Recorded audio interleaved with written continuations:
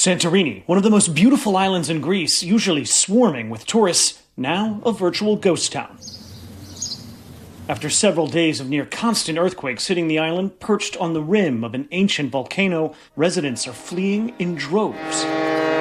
Since Saturday, hundreds of small and medium quakes shaking the island and its people's resolve. Our Santorini is shaking every 10 minutes on average. A lot of earthquakes. There is concern. In the past 2 days, at least 10 earthquakes above magnitude 4.5 have hit off the coast of Santorini, known for its stunning white and blue buildings.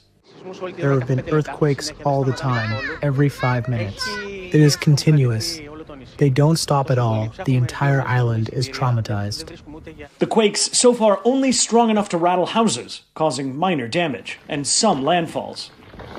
But the bigger concern, worry that the quakes could set off an eruption from the volcano at the center of the island. Scientists say that's unlikely, but warn a large enough earthquake could trigger a destructive tsunami. That's what happened back in 1956, when a 7.7 magnitude quake struck Santorini, destroying hundreds of houses, causing a massive 20-foot tsunami and killing upwards of 50 people. The catastrophe devastated many on the island, plunging them into poverty.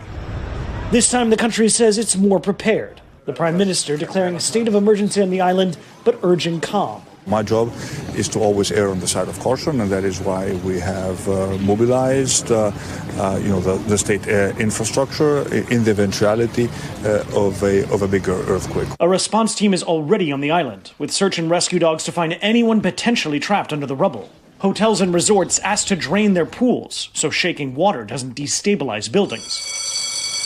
Schools ordered to shutter for the week for safety. More than 10,000 people have fled the island since Sunday, many boarding a ferry service headed for the mainland. But even with the unnerving, constant shaking, some residents say they're not going anywhere. We will stay here. Why should we leave? If something happens, it happens. Oh well. We are locals. We were born here. Preferring, like some have for thousands of years, to remain on this rugged but beautiful gem of the Aegean.